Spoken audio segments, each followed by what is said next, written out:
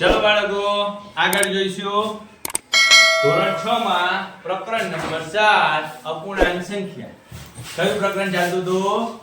પ્રકરણ નંબર એટલે કે સ્વાધ્યાય નંબર 7.4 ચાલતું હતું ને.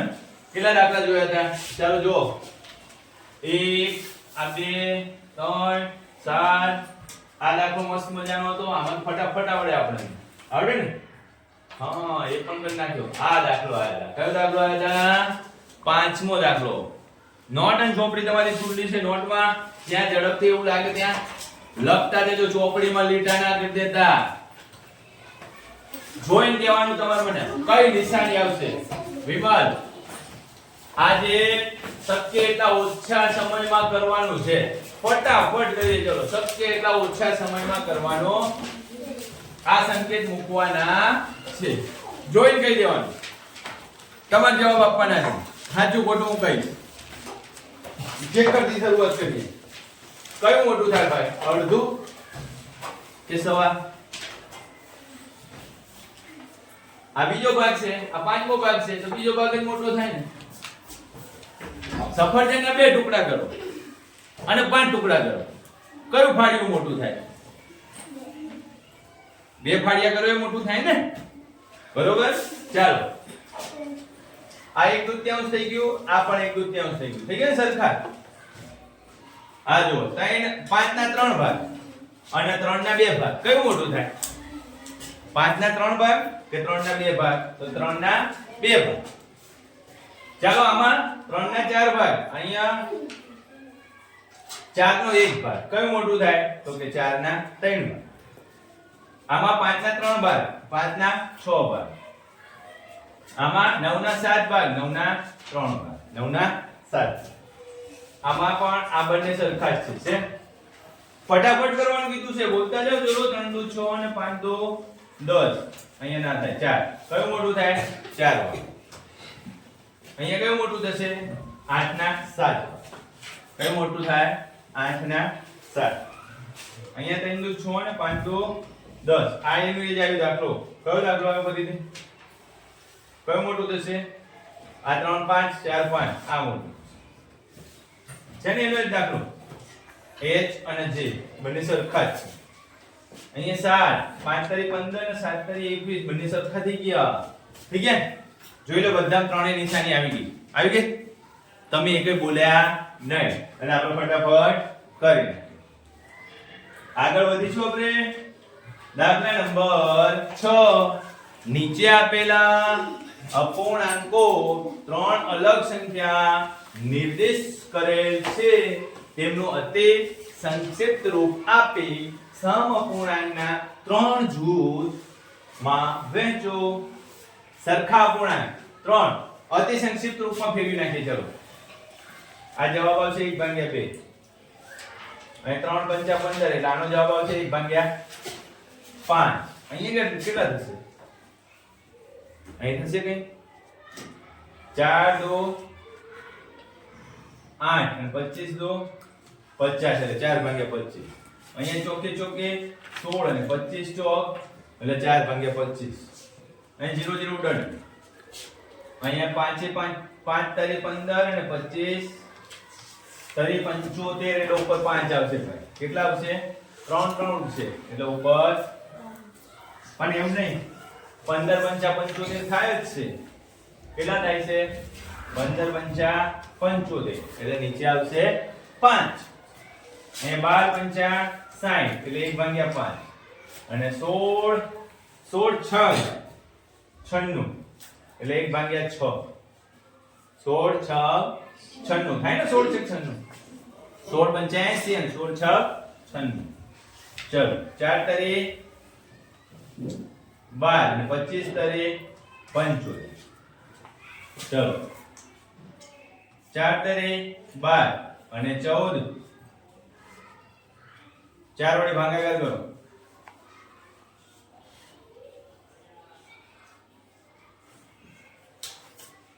કરો જો 18 ચોક 72. 18 પાછો હજી ભાગ ચાલશે એટલે 1/6 આવશે. કેટલું આવશે? 1/6. અને આ સીધું કેવું હોય તો કહી શકાય. કેવી રીતે કહી શકાય? સીધે સીધું 12 6 72 3 6 18 અને 4 ના આવે 25 આવે. હવે મને કહો શેમાં કીધું છે ને કયા જૂથ બનાવવાના છે? સમઅપૂર્ણાંકોના 3 જૂથમાં વહેંચો. સરખા અપૂર્ણાંક. ભાઈ પહેલો જૂથ 1/2 છે. બીજું કે 1/2 દેખાય તમને? 1/2 ક્યાંય દેખાતું નથી. ચાલો 1/5 દેખાય? 1/5 ક્યાંય? આવી 15/75 આ 1/5 એટલે 3/15 15/75 અને હજી 1/5 આવ્યું 12/60. રેડી? પછી 4/25 4/25 માં કયું આવશે પહેલું? તો કે 8/50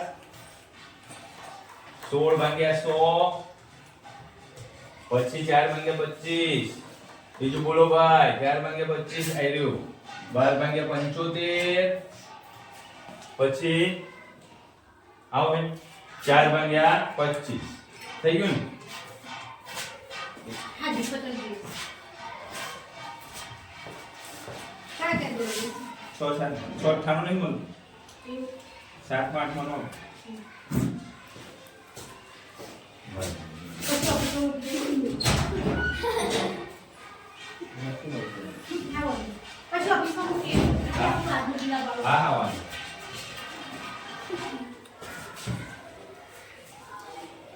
બીજી વખત બચો ને પહેલા એક વખત લાંબો થઈ જાય. 3 જૂથમાં વહેંચવાનું કીધું છે. કેટલા જૂથમાં વહેંચવાનું કીધું છે? 3. આપણે કયા જૂથમાં વહેંચ્યા? 1/2 માં. તો 1/2 કઈ છે? નથી. 1/2 છે? નથી. 1/6 દેખાય છે ભાઈ? 1/6 ક્યાં છે? 1/6 આલ્યું 16/96 પછી આ 12/72 અને 3/18 છે ને? કે નથી? તો એ રીતે પણ તમારે 3 અલગ અલગ જૂથમાં વહેંચવાનો છે. તમે 3 જૂથમાં કે 4 જૂથમાં તમને જેટલા જૂથમાં અનુકૂળ આવે એટલા જૂથમાં પ્રયત્ન કરવાનો છે. બરોબર? આવડશે? અતિ સંક્ષિપ્ત રૂપમાં છેદ ઉડાડતા શીખી જાવ ને એટલે તમને આવડશે. બાકી આવડશે નહીં. ચાલો 7મો દાખલો શું કહે છે? વાંચો જોઈએ. કોણ વાંચશે? નીચેના જવાબો મેળવો અને ઉકેલની રીત પણ દર્શાવો. તો ચાલો દર્શાવી નાખીએ. ક્યાં બહુ અઘરી વાત છે. એ શું છે? એ શું 5/9 અને 4/5 સરખા છે? 5/9 અને 4/5 સરખા છે? છે સરખા? જોઈએ. ચાલો સરખા છેદ બનાવો. હું બનાવવાનો છેદ સરખા બનાવીએ. આને 5 વડે ગુણીએ એટલે 25/45 અને આને 9 વડે ગુણીએ એટલે 36/45. છે સરખા ભાઈ? સરખા નથી. સરખા ના હોય તો બરાબરની લીટી કરીને ઊભો આડો લીટો મારવાનો. બરોબર? એટલે શું થશે? સરખા નથી. બી માં જો 9/16 અને 5/9 આ સરખા છે? તો કરીએ સરખા. ચલો ટ્રાય કરીએ. સરખા થાય છે? જો થઈ જશે પહેલા છેદ સરખા બનાવો. 9 વડે ગુણાકાર કરો. 9 9 81 અને 144. અહીંયા 9 5 45 અને 81 છે સરખા? નથી. છે? નથી સર. છેદ ઉડતા હોય તો છેદ ઉડાડો ને તો પણ સરખા થઈ જાય. પણ છેદ પણ નથી ઉડતા. જો અહીંયા 9 છે અને એ 16 છે. અહીંયા 5 છે 9 છે. કેવી રીતે છેદ ઉડાડશો? એટલે છેદ ઉડશે નહીં. આની કોપી લઈએ બીજી. ચલો આમાંથી આને ઉડાડો.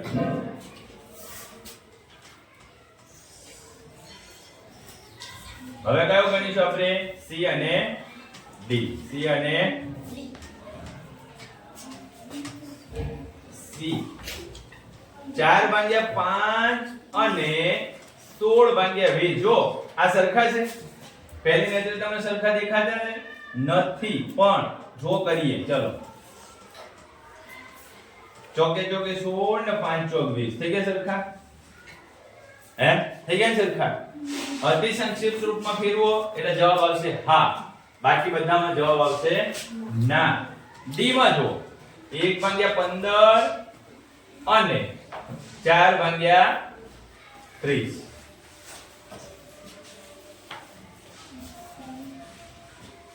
1 ભાગ્યા 15 અને 4 ભાગ્યા 30 જો અહીં 2 દુ 4 અને 15 દુ 30 આવું થાય તો 1 ભાગ્યા 15 લખો અને 2 ભાગ્યા 15 સરખું કહેવાય ભાઈ ના કહેવાય સરખું કહેવાય ના બરોબર તો આ તમને રીત પણ બતાવી મેં અને હા નામાં જવાબ પણ લખ્યો છે આઠમો દાખલો છે 100 પાનાની એક ચોપડી છે કુલ પાના કેટલા છે ભાઈ 100 પાના છે 25 પાના વાંચ્યા કેટલા લલિતાએ એ ચોપડીના 2/5 જેટલા પાના વાંચ્યા તો કોણે ઓછું વાંચ્યું ભાઈ મેં ઈલાએ કેટલા પાના વાંચ્યા છે 25 પાના હવે આપણી બેન લલિતાએ કેટલા પાના વાંચ્યા છે ચોપડીના 2/5 પાના વાંચ્યા છે કોને વધારે વાંચ્યા જો 2/5મો ભાગ કોનો 100 પાનાનો તો 20 × 5 100 એટલે 20 દુ 40 લલિતાએ 40 પાના વાંચ્યા લલિતાએ કેટલા પાના વાંચ્યા 40 અને ઈલાએ કેટલા પાના વાંચ્યા 25 કોને વધારે વાંચ્યા લલિતાએ તો કે લલિતાએ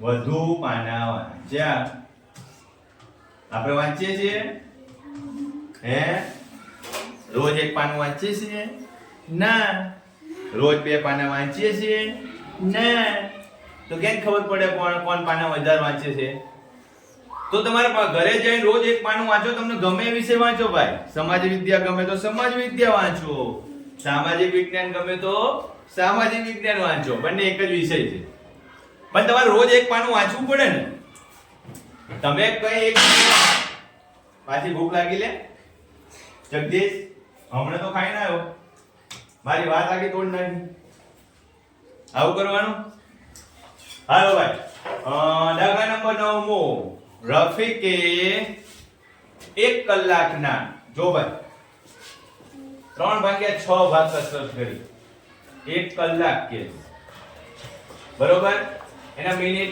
કઈ કરવાનો નથી પણ તોય આપણે 1 કલાક બરાબર 60 મિનિટ લખીએ શું લખીએ આપણે 1 કલાક બરાબર 60 મિનિટ એટલે રફીક નું 3/6 × 60 બરોબર અને રોહિત ભાઈ આ ધ્યાન રાખો આ રોહિત અને આ બાજુ લખી નાખું રફીક શું લખી નાખું રફીક રોહિત 3/4 કોના 60 મિનિટમાં જોજો મજા આવે ને એટલા માટે આ 10 6 60 એટલે કેટલા થયા 30 × 10 કેટલું થાય ભાઈ 30 × 10 60 થોડું થઈ જાય કેટલું થાય 30 મિનિટ આમાં 15 ચોક 60 એટલે 3 × 15 એટલે 15 3 45 મિનિટ કોને કેટલી કસરત કરી કહેવાય જો ભાઈ આ 30 મિનિટ કસરત કરી કહેવાય અને આને કેટલા મિનિટ કસરત કરી કહેવાય 45 મિનિટ આને અડધો કલાક કસરત કરી કહેવાય અને આને પોણો કલાક કસરત કરી કહેવાય આ કલાકનો કેટલામો ભાગ છે પોણો અને આ કલાકનો કેટલામો ભાગ છે અડધો બરોબર જો આ રીતે ના કરવું હોય તો આપણે હજી બીજી રીતે કરી શકીએ શું કરી શકીએ હજી આપણે એક બીજી રીતે કરી શકીએ કઈ રીતે કરી શકીએ જો શું લખ્યું છે 3/6 અને 3/4 આ 3/6 અને આ 3 ભાગ્યા 4 જોજો 3 ભાગ્યા 6 એટલે 3 એકા 3 ને 3 દો 6 કેટલો આવ્યો 1 ભાગ્યા 2 કલાકનો 1 ભાગ્યા 2 કલાક 1 કલાક હતો 1 ભાગ્યા 2 એટલે અડધો થાય કેટલું થાય અડધો કલાક આ કલાકનો 3 ભાગ્યા 4 ભાગ છે કલાકનો 3 ભાગ્યા 4 ભાગ છે ટકાવારી શીખતા હતા ને ત્યારે મેં તમને કીધું તો આના પોણો વંચાય શું વંચાય પોણો આનાથી 15 મિનિટ વધારે કહેવાય આને તમે એમ પણ જોઈન કહી દો એમ પણ જોઈ તમે કહી શકો કે ભાઈ રફીક કરતા રોહિતે 15 મિનિટ વધુ કસરત કરી કહેવાય રેડી ચાલ છેલ્લો દાખલો આના પછી આપણે અહીંયા સુધી રાખીએ 10મો દાખલો કે a વર્ગમાં 25 વિદ્યાર્થીઓ છે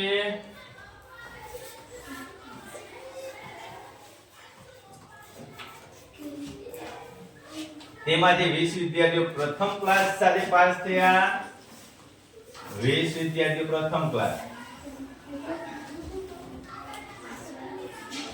b વર્ગમાં કેટલા વિદ્યાર્થીઓ છે ભાઈ 30 વિદ્યાર્થીઓ કુલ 30 વિદ્યાર્થીઓ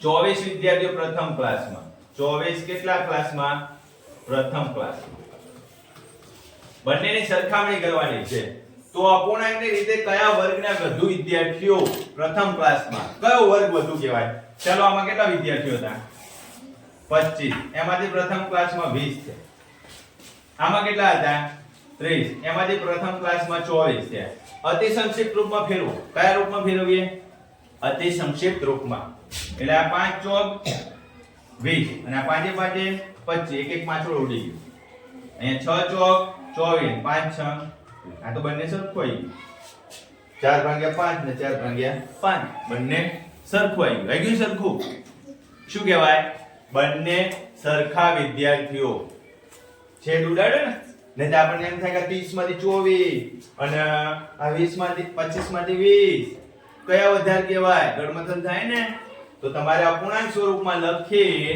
એને અતિ સંક્ષિપ્ત રૂપમાં ફેરવવાનો છેલ્લે જે આંકડો વધશે એ જોઈને ખબર પડી જાય કયો નાનો કહેવાય કયો મોટો કહેવાય કે સરખો કહેવાય તો બંને ક્લાસમાં સરખા ભાગમાં વિદ્યાર્થીઓ પ્રથમ ક્લાસે પાસ થયેલા છે ઓકે બાળકો સમજાય છે ચાલો તો આપણે અહીં સુધી રાખીશું આવજો